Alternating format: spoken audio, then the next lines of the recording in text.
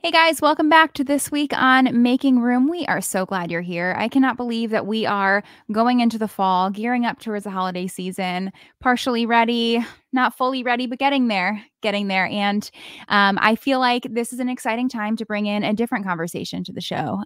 We talk a lot about food, design, relationships, but what you don't know is there is a big part of my background in the world of dance. Haven't talked about that a lot. It hasn't been as much a part of my life in the recent years, but it is so fun for me to take some time today to revisit it with our new friend, Melanie Hamrick. You may know her from social media and from the arts. You may not. And so here is a little bit more about her. Melanie Hamrick is a mother, ballerina, producer, choreographer, and writer. Born and raised in Virginia, Melanie began dancing at a young age. Her career as a ballerina spanned over 16 years with the American Ballet Theater. Throughout her dazzling career, Hamrick worked with renowned dancers and has been covered by W Magazine, Vogue, Marie Claire, Pointe Magazine, Dance Magazine, along with others. Hamrick has also accumulated endless oh my gosh. Words are hard for mom brain sometimes, but anecdotes about the shrewd and underbelly of the industry. It was only when an injury forced Hamrick to take 6 months off to recover that she decided to draw upon her intimate knowledge and experience in the turbulent ballet world to create dramatized stories such as First Position and The Unraveling. With the encouragement of her mother and dedicated partner Mick Jagger, Hamrick has captured a gripping world with vivid characters and an absorbing plot that is equivalent to cult classics like Black Swan and Tiny Pretty Things that I can also attest to. After her retirement in 2019, she has also been actively producing and choreographing her own shows via her production company titled Live Arts Global, for example, her Rolling Stones theme rock ballet. From traveling the world with her family and work, Melanie has always carried novels and notebooks with her. Her passion for reading and dance inspired her to write her first novel, First Position. Guys, this conversation is such a fun one. Like I said, different from others, but we are thrilled to bring it to you. And as you are going into this season, this busy season of diving deep into the holidays and all of the prep, back to school, travel, all of the things. Feast and Fettle wants to come alongside you and make it a little bit easier. There's always this tension of feeding your family whole foods while not compromising taste. And Feast and Fettle wants to cook it all for you and deliver it fresh to eat. If you live in the Northeast and want some help feeding your family with ease, not having to go to the grocery store so that you could be present at sports games and all of the activities coming up this year, be sure to head on over to feastandfettle.com for everything from kids' lunches to breakfasts, snacks, lunches, dinners, dessert, all of it, and feel good about feeding your family and spend some time being intentional with them instead of over the stove and in the oven. Well, guys, we are going to dive into this week's conversation with our new friend, Melanie Hamrick. Hi, I'm Katie, a hospitality educator and the host of Making Room by Gather podcast. I am set to see our communities get back to the table through hospitality, but it wasn't always this way. My husband and I moved to Thailand, and through it, I experienced some loneliness. And with it, I was given a choice to sit back and accept it or to do something about it. And for me, that meant two things: that I needed the healing to learn how to accept an invitation and the confidence to know how to extend one. Through this process, I developed some of the richest and deepest relationships of my life. Through Making Room by Gather, you will hear conversations from myself and experts in the areas of food, design, and relationships. You see, there are countless things trying to keep us from the table. But can I tell you something? Take a seat, because you are ready. You are capable. You are a good host.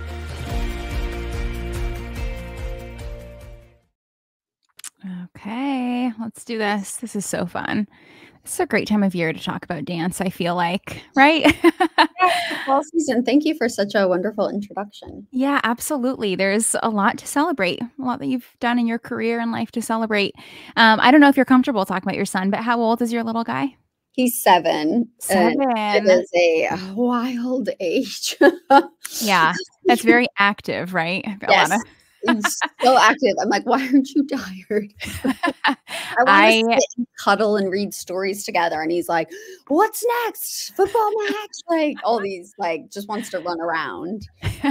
I have, a one-year-old next week, and Mhm. so it's a lot of energy too, but different energy. Different. Yeah. Very yeah, Yeah, but it's different. like they still wanna cuddle. Or he'll cuddle sometimes, but he's more like his love language is, "Let's play football or tennis or ping pong or race each other down the driveway," and I'm like, "What about a hug?" Oh, that's so fun. One is Well, okay, this conversation is a little bit selfish on my part. I love the world of dance, don't get to talk about it enough.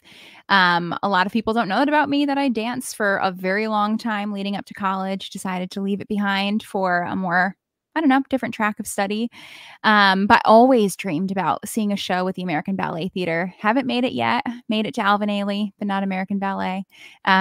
So all of this makes your background so interesting to me. And so I would love to start just hearing about kind of what led you to pursue dance as a career, because we know that part of the American childhood experience, we'll call it, includes dance, right? I think it's very Mhm. common for people to take dance classes. But what was it that led you to pursue it as a career? Do you remember that kind of like My path or your sister first memories? my sister's a ba was a ballerina before me. Okay. So, just seeing her pursue it, become a ballerina, I knew what to look forward to. I knew Mhm. what backstage was like. I knew what the company life was like, and I loved everything about it.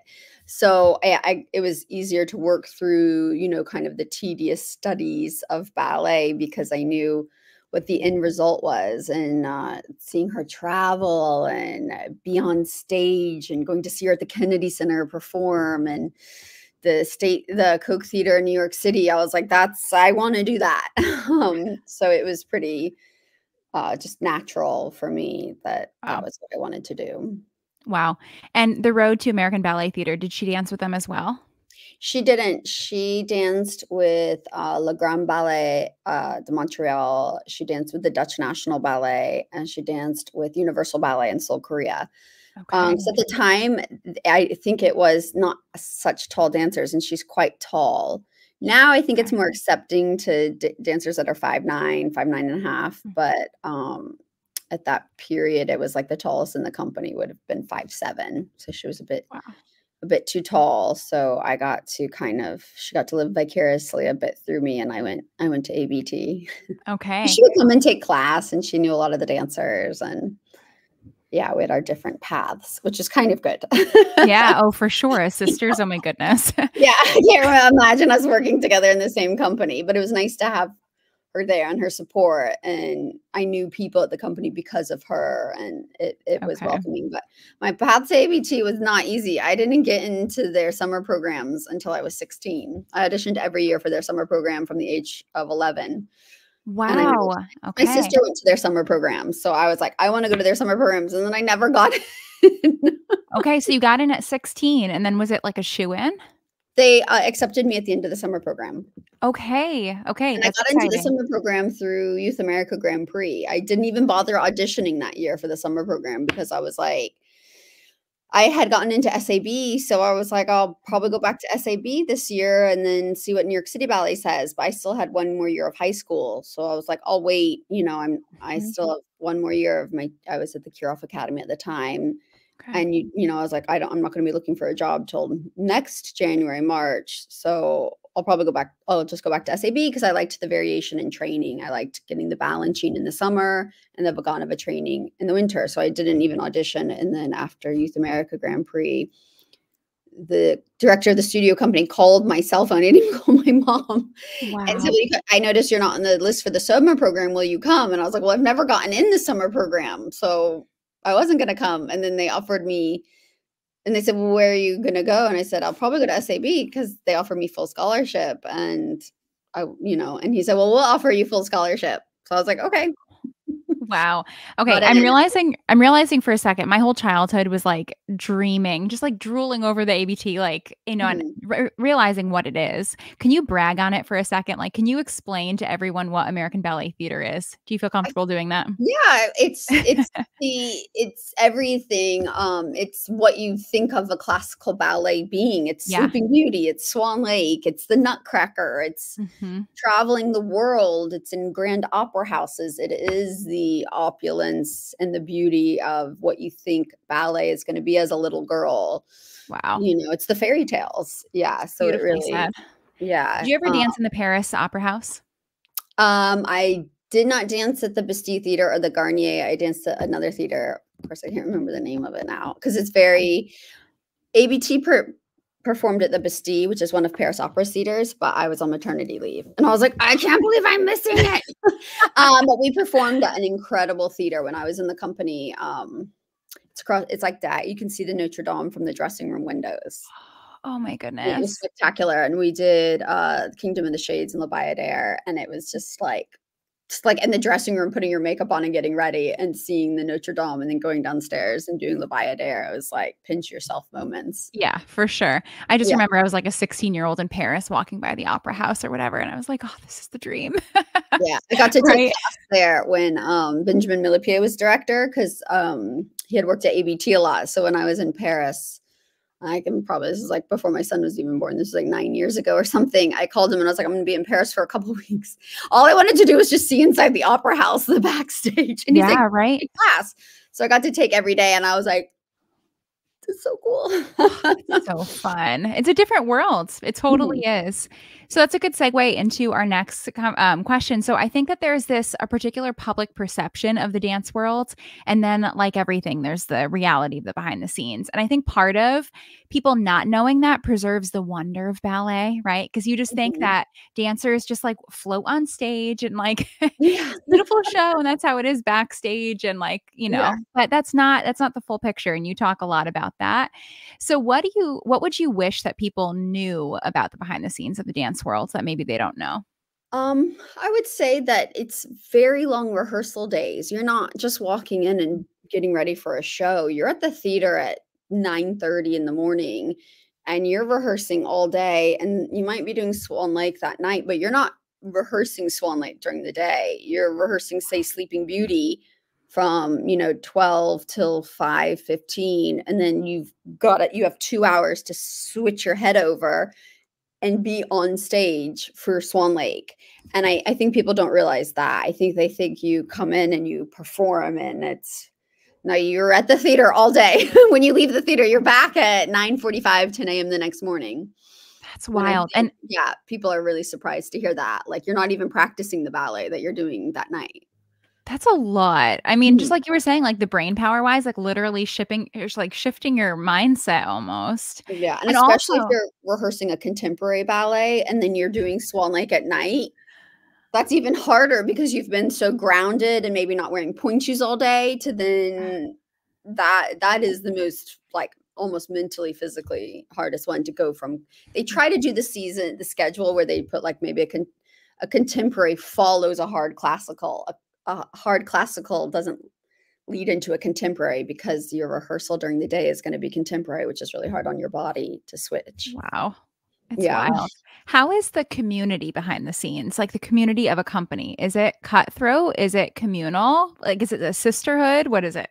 I think it's a bit of everything. I definitely think it's more communal and sisterhood than cutthroat. I think there is competitiveness because everyone does want to move up and everyone does want, to have a better part than they think they have. And so you do have a little bit of competitiveness. But for the most part, it's really supportive and looking after each other. If, someone gets sick at the last minute, people like offer to step up and, to give them a night off. But sometimes again, you're tired sometimes, so you get people on bad days, and sometimes someone's like, "I don't wanna step up, I'm tired," like, so I think you do have a little bit of everything, but I would like to think that at the bottom of it, it is supportive. That's good. That's sweet to hear. Yeah. Um Yeah, I don't have much experience past, like, a high school dance, Yeah, I mean, you have a ballet little theater. I don't wanna say hazing when you join a ballet company, but you have a little bit of, it's very much seniority. New dancers have to wait to take a spot at the bar. You do not take a spot if you're a new dancer. You wait until pretty much the music is starting for pliés, and then you find your empty spot. Like, you don't stand in the front row and center until you've established yourself in the company enough. Then you can take the front line and the center exercises. You don't go first across the floor. You give that to a more senior dancer. You don't take a spot in the dressing room. You let the more seniority dancers take a spot, so they have because it's territorial. Like, everyone likes to repeat their same spot. So especially ABT, you're traveling. So, your first year in the company, you wait and you just put yourself to the side, you get prepared. And then after the ballet class, you can take your spot in the dressing room because all the dancers who have been at that theater before have claimed their spots. So you have a little bit of that in the beginning. Sure. Yeah. Wow, that's so interesting. Oh But my goodness. they teach you all that before you join. They're like, "Don't take a spot." I think now it's a little, like, nicer the way they tell you, like, "Oh, just wait here, we'll find you a spot." Before it was like, "Don't you dare touch a spot," and then that's kind of it, all you were told. Oh my goodness. What is the, like, general, like, career length for a ballerina? A career ballerina, like I yourself? think it depends on mine was 15 years. I think 15 if you look after yourself, take care of your body, I think that can be pretty standard at ABT. Um, and because if you're changing companies, but I think if you're unlucky with injuries and just doesn't like work, then you're not 5 years maybe, and then you want to like move on. But I think it really depends on if you're built for ballet and Wow. you can't fight, I think, certain things for so long if your body doesn't wanna do it. But I would say 15 years, and probably I think I could have gone longer if I wasn't, like, splitting my time between Europe and the US. I Yeah, would have that's fair. probably retired this year. But Okay, okay. maybe. I know, Maybe. I say we're that, but then I'm like, I yeah. can barely do, like, a ballet class now. I think people don't realize how physically demanding it is. Mhm. Yeah. Yeah. They're like, "Oh, that takes so Really, long." it is. It's like you Mhm. can run like I can run on the treadmill, do like an hour, but I go take a ballet class and my legs will be shaking after like 15 minutes. And I'm like, I've got to get out of here.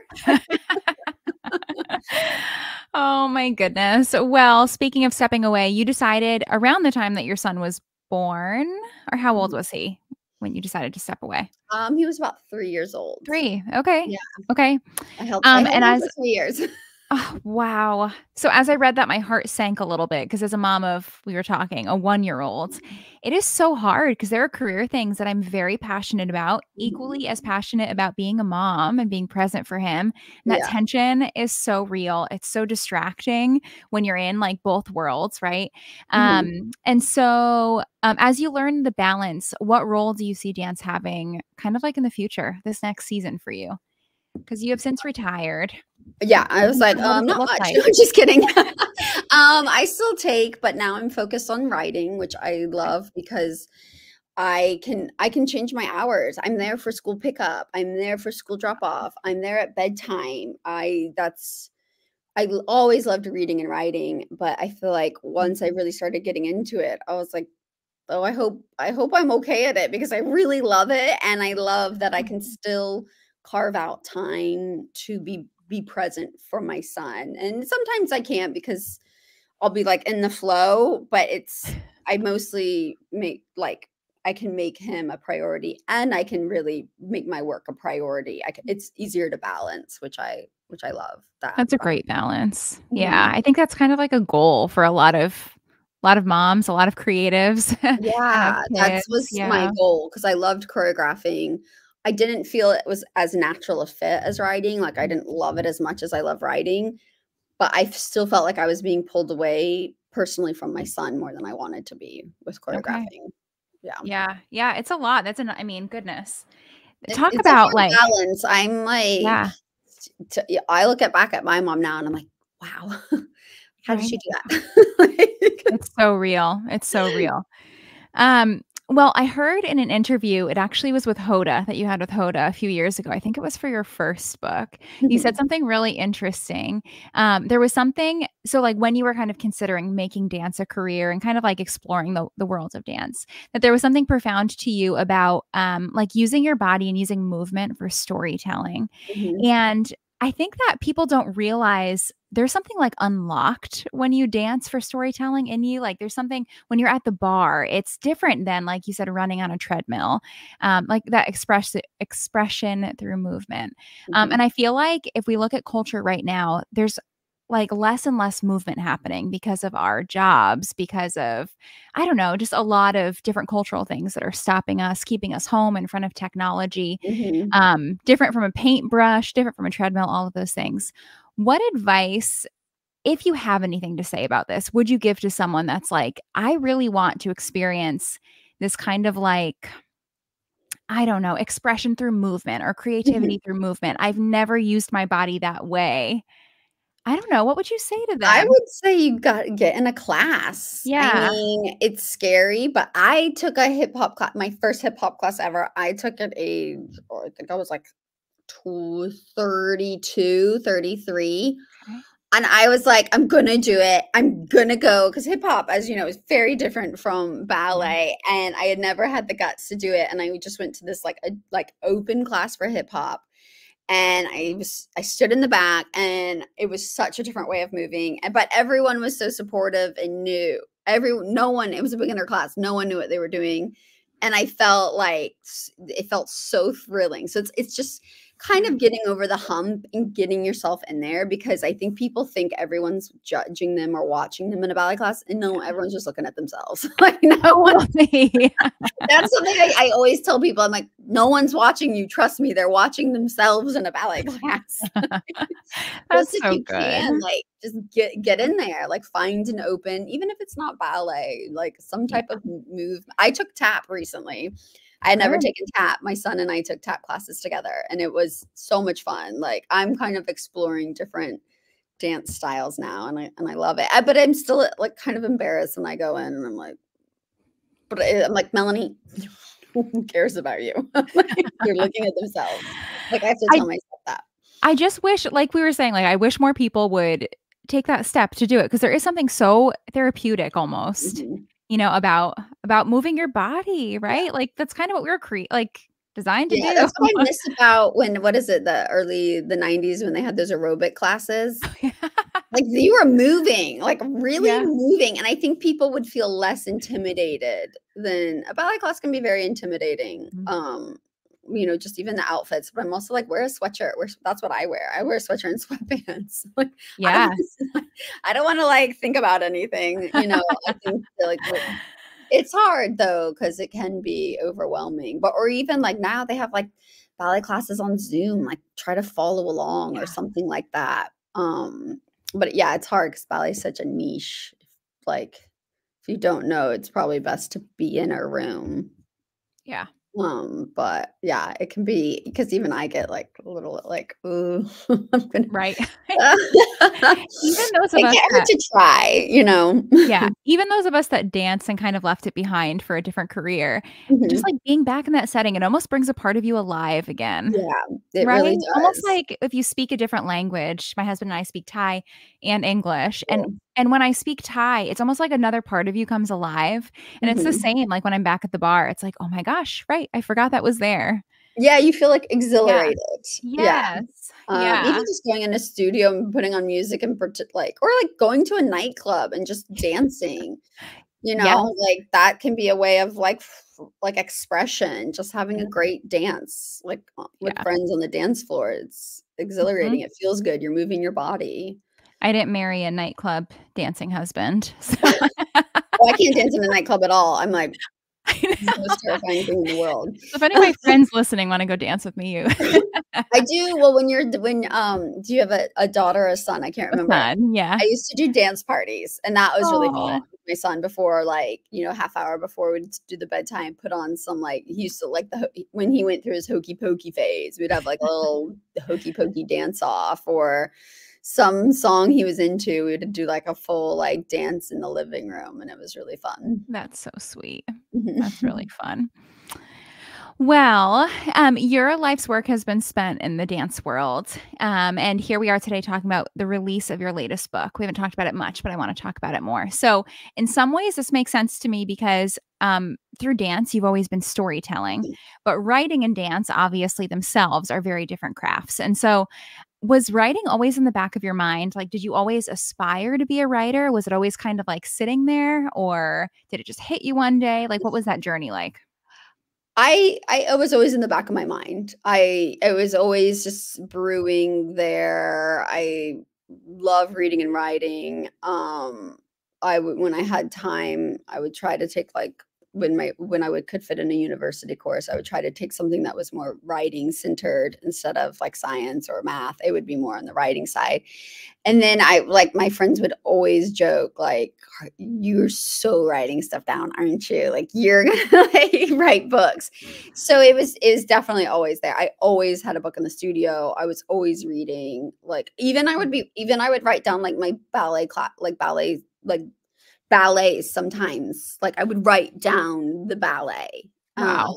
because It's good for memorizing the yeah, it would choreography help though, me right? remember, but I also just felt like it just felt good to write it down. Like, how can I figure out how to write it and Wow. understand it?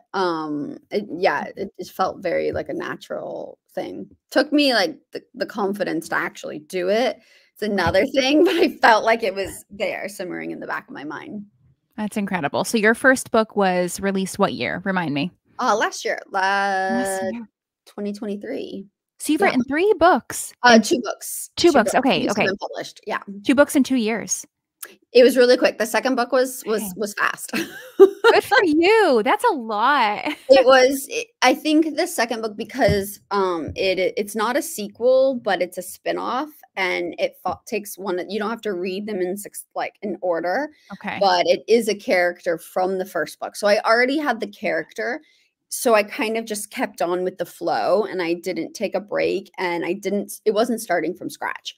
I Okay. knew who she was. I knew her background already, and I just got to explore it. So I think that cuts a lot of time down. You're not Wow. developing someone from thin air. Wow. That takes me at least, that took me months to develop who Sylvie was before I could start writing.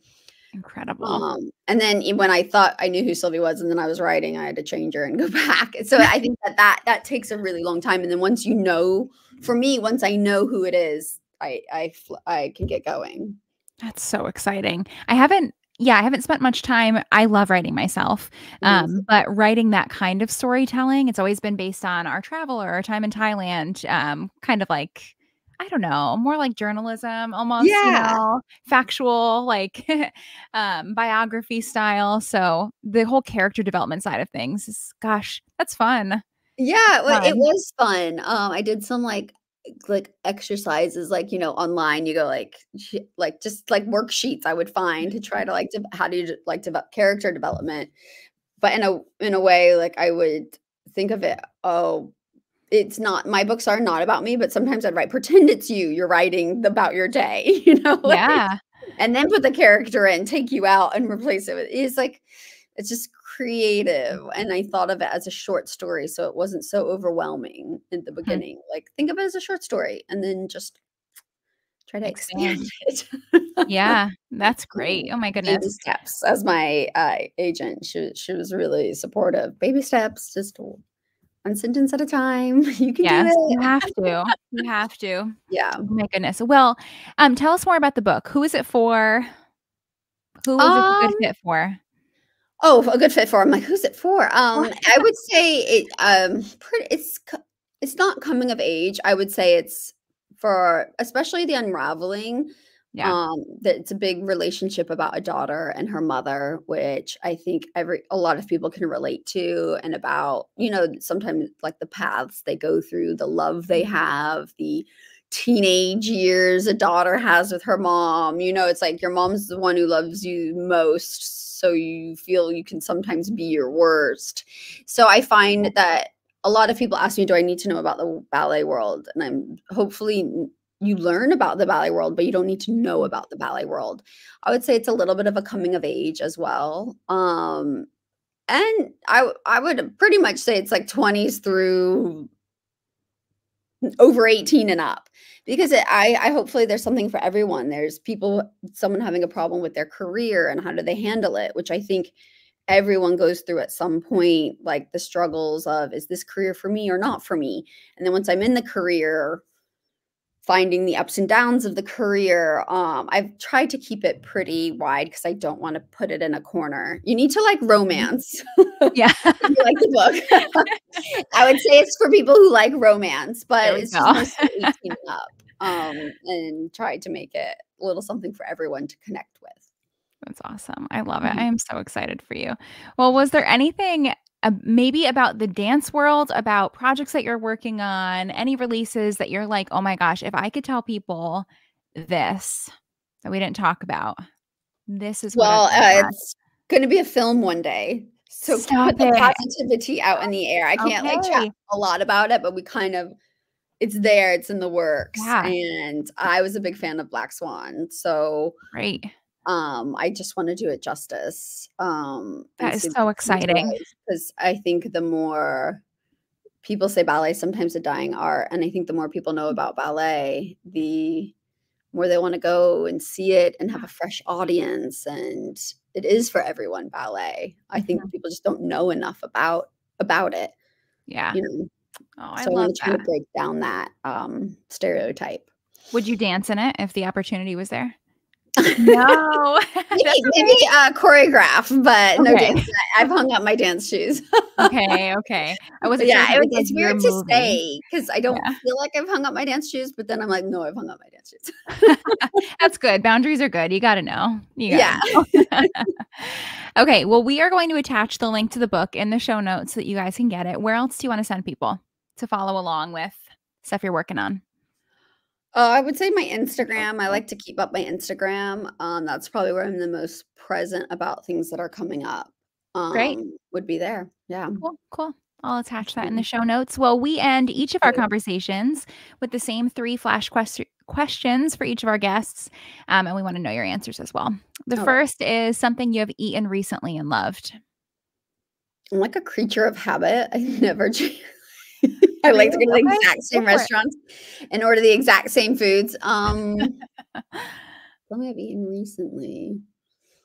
My son's pasta was really good last night, and I usually don't like my son's food because he doesn't like sauce. But I was like, this is really good. I think I was really hungry. Wait, so you just had plain pasta? No, I just had a taste of his because I like every type. Give me the sauce, give me everything. But my son has an aversion to sauces right now. Okay. But I was like, you know what, you're onto something. This is kind of yummy with Parmesan cheese, a little olive oil, fresh. Yeah, that's good. I wouldn't normally I'd be like, no, I'm not eating that. But it was really yummy. Giada, the chef, just posted a video about that. Just like plain pasta with parm. Yeah. It's actually really good. Yeah, for real. Oh, that's so fun. Okay. How about a gathering you attended that made you feel a strong sense of belonging? And if you could pinpoint it, what it was that made you feel that way? I would say the Olympics. I went to the Olympics and I'd never been before. And it was so phenomenal. It was so cool. So many different cultures coming together, rooting for the same thing, supporting the same thing, cheering for athletes. It felt, because usually it's like, oh, when I go to the ballet, I feel, but this was unlike anything. This was thousands of people in a stadium, like supporting these athletes together. It was incredible. Wow. That's really sweet. Watching this year's Olympics felt different from other Olympics. I thought it's because I went to a couple things live, but even when I watched it on TV, I was like very invested. Maybe just because I'm obsessed with Paris, but the setting was amazing. Yeah, right. Okay, and last but not least, something you've discovered lately that you think everyone should know about. A Netflix show, an Amazon purchase, like something random that you're like, you need to know about this. Have anything? If you don't have anything, that's okay. I mean, I love a sauna blanket, but I discovered it Oh, like a year ago. They're called that's like okay. higher dose. If you don't have time to go to a sauna or you don't Mhm. have space for a sauna in your home, it's like a sleeping bag sauna. That's It's great. literally a sleeping bag, especially for moms, like, you don't have time to go out to the sauna or do all those things, and if your son's taking a nap, get in that sauna blanket Wow. at home. It changed my life. Oh my gosh, that sounds heavenly. That's Yeah, great. but I feel Well, like I discovered that a while ago, but it was really amazing. It's really no one knows. No one knows yeah, what you discovered a it's a year ago. sleeping bag. You can roll it up and take it with you everywhere. Oh, I love it. Well, thank you so much, guys, for tuning into this week's episode. I will attach everything we talked about to the show notes. And Melanie, thank you so much for your time. Thank you for Mm. having me. It was Of so course. lovely to meet you. You as well. Well, guys, we will see you next week. Bye.